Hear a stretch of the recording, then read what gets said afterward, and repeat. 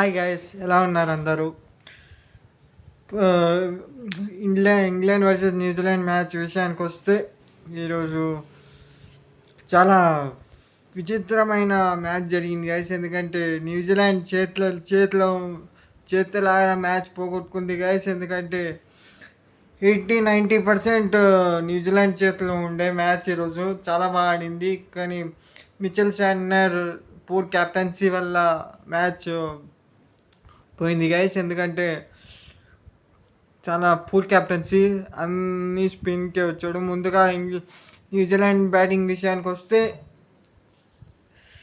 Team Seifert and Finn Allen చాలా మంచి start ఇచ్చారు అండ్ చాలా మంచి 39 కొట్టాడు Tim Seifert. And Finn Allen 33 and Glenn Phillips 35 and highest scores.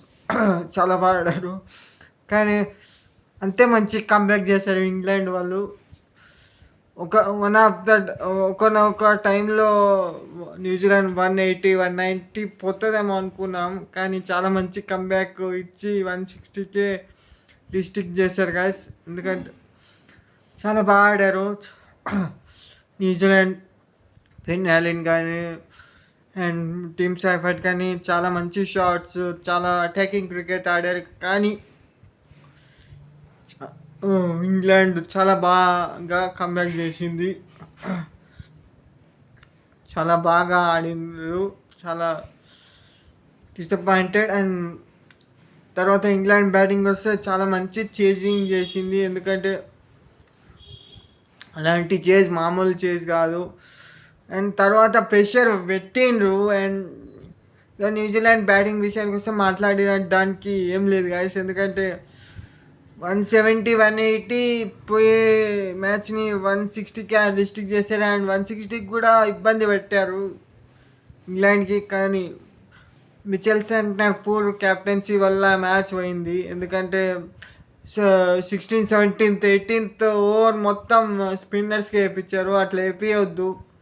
అట్లా ఎంత స్పిన్ ఫ్రెండ్లీ వికెట్ ఉన్నా కూడా వేయొద్దు. టాస్ ఏమో న్యూజిలాండ్ గెలిచి బ్యాటింగ్ తీసుకుంది గైస్. ఎందుకంటే చాలా మంచి విషయం. కానీ ఎంత స్పిన్ ఫ్రెండ్లీ వికెట్ ఉన్నా కూడా అది ఉపయోగం లేదు గైస్. ఎందుకంటే స్పిన్నర్స్ వేయకూడదు లాస్ట్ డెత్ ఓవర్స్లో. అందులో మ్యాట్ ఆండ్రీ, లాకీ ఫెర్గ్యూసన్ చాలా బ్రిలియంట్ ఫామ్లో ఉన్నారు. అండ్ నిన్న మ్యాచ్లో కూడా చాలా బాగా వేశారు. 2 wickets. And Phil Salt and Matt Henry అయితే ఫిల్ సాల్ట్ అండ్ ఇది జాస్ బట్లర్ వికెట్ తీసుకున్నాడు. అండ్ లాకీ ఫిగర్సన్ అయితే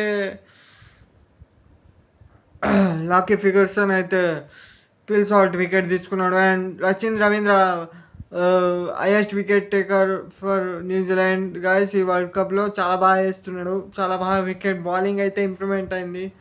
అట్లాగే బ్యాటింగ్ కూడా ఇంప్రూవ్మెంట్ అయితే బాగుండేది. ఎందుకంటే చాలా మంచిగా చేస్తున్నాడు బౌలింగ్ అవన్నీ. అండ్ న్యూజిలాండ్ గురించి ఇంతే గాయస్ బ్యాటింగ్ గురించి. అండ్ బ్యాటింగ్ గురించి వస్తే ఇంగ్లాండ్ చాలా బాగా ఆడింది.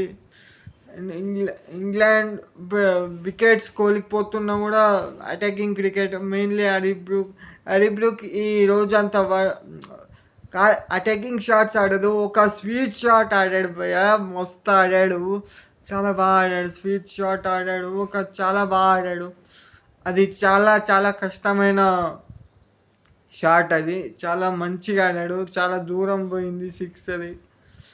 చాలా మంచిగా ఆడాడు. And Tom Banton very good batter, future ఉంది ఆ ప్లేయర్కి. అండ్ చాలా మంచిగా ఆడాడు. మళ్ళీ అదే విల్ జాక్స్ మళ్ళీ కాపాడాడు ఇంగ్లాండ్ని. నేపాల్ అగెన్స్ట్గా, శ్రీలంక అగెన్స్ట్గా కూడా చాలా బాగా సపోర్ట్ చేశాడు Will Jacks. And Will Jack contribution చాలా మర్చిపోవద్దు. నేను ప్రీవియస్ మ్యాచెస్లో కూడా చెప్పాను, ఇంగ్లాండ్కి సంబంధించిన మ్యాచెస్లో విల్ జాక్స్ చాలా మంచి బాల్తో కానీ బ్యాట్తో కానీ చాలా మంచి కాంట్రిబ్యూట్ చేస్తున్నాడు టీంకి. And surprisingly and Sam Curran కూడా డీసెంట్ ఇన్నింగ్స్ ఆడాడు అటాకింగ్.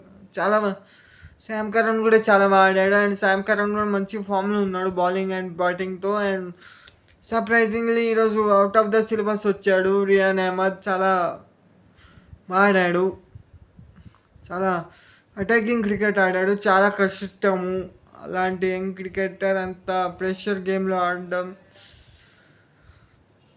నాకైతే అర్థం కాలేదు గాయస్ మిచెల్ శాంట్నర్ మైండ్లో ఏముండే అని. ఎందుకంటే అంత మంచి మంచి బౌలర్స్ మీడియం పేసర్స్ పెట్టుకొని స్పిన్నర్స్తో పార్ట్ టైం బౌలర్తో వేయడం నాకైతే ఏం యాక్చువల్లీ మిచెల్ శాంట్నర్ చాలా బాగా కెప్టెన్సీ చేస్తాడు గాయస్.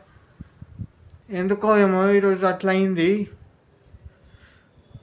ఏమో బ్యాడ్ లాక్. ఎందుకంటే చాలా చేతులు ఉన్న మ్యాచ్ని ఆఖరి దాకా చేతులు ఉండే ఆఖరి దాకా చేతులు ఉండే మ్యాచ్ చాలా బాగా ఆడాడు. ఏమైనా సౌండ్ వస్తే క్షమించండి గాయస్, పక్కల పని జరుగుతుంది అందుకే డిస్టర్బెన్స్ వస్తుందేమో అని. అండ్ అదే కొంచెం డిసప్పాయింటెడ్ ఉన్నా. అండ్ చాలా పూర్ క్యాప్టెన్సీ, చేతులారా పోగొట్టుకున్నారు. And England very good appreciate చేయాల్సిందే. ఎందుకంటే చాలా మంచి టెన్షన్ తీసుకోకుండా. అండ్ బ్యాటింగ్ లైనప్ కూడా చాలా డెప్త్ ఉంది కాబట్టి అటాకింగ్ క్రికెట్ ఆడొచ్చు. డోసన్ కూడా ఉండే, అండ్ డోసన్ కూడా ఓకే బాగానే ఆడతాడు. అండ్ అదే చేతులాడ పోగొట్టుకున్నారు మ్యాచ్, ఏం చేయడానికి రాదు ఇక. నెక్స్ట్ ఈరోజు మ్యాచ్ విషయానికి వస్తే ఈ మ్యాచ్ గురించి ఇంతే. కానీ నెక్స్ట్ మ్యాచ్ గురించి వస్తే ఈరోజు శ్రీలంక వర్సెస్ పాకిస్తాన్ ఉంది. ఈ మ్యాచ్కి సంబంధించిన రివ్యూ వస్తుందో లేదో తెలీదు. ఆ మ్యాచ్లో పసా ఉండదు, ఎందుకంటే శ్రీలంక కూడా ఇంటికి వెళ్ళిపోయింది. అండ్ పాకిస్తాన్ కూడా ఛాన్స్ ఉంది కానీ అంత సీన్ లేదు. అంత రన్ రేట్తో గెలవడం, అంత రన్ రేట్తో ఓడియడము శ్రీలంకకి. అందుకే అంత ఇంట్రెస్ట్ మ్యాచ్ లేదు గాయస్. రేపటిది మ్యాచ్ ఇండియా వర్సెస్ వెస్టిండీస్ చాలా బిగ్ మ్యాచ్. దానికి ప్రివ్యూ వస్తుంది, రివ్యూ వస్తుంది, అన్నీ వస్తాయి. దాని గురించి నోటిఫికేషన్ బెల్ ఆన్లో పెట్టుకోండి, సబ్స్క్రైబ్ చేయండి, లైక్ చేయండి, షేర్ చేయండి. అండ్ మీ ఒపీనియన్ ఈ మ్యాచ్ గురించి కింద కామెంట్ చేయండి మీ ఒపీనియన్ని. అండ్ ఈ మ్యాచ్కి సంబంధించిన వీడియో పెట్టాలా వద్దా రేపు అని చెప్పండి. పాకిస్తాన్ వర్సెస్ శ్రీలంక రేపు రివ్యూ అయితే ఇస్తా గాయస్. ఈ మ్యాచ్కి సంబంధించి పాకిస్తాన్ వర్సెస్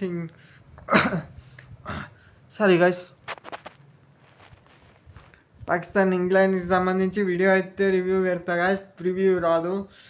ఓకేనా guys, like and subscribe and share, bell icon కొట్టడం మాత్రం మర్చిపోవద్దు. Stay calm, stay cool. మళ్ళీ రేపు కలుద్దాం గాయస్, బాయ్.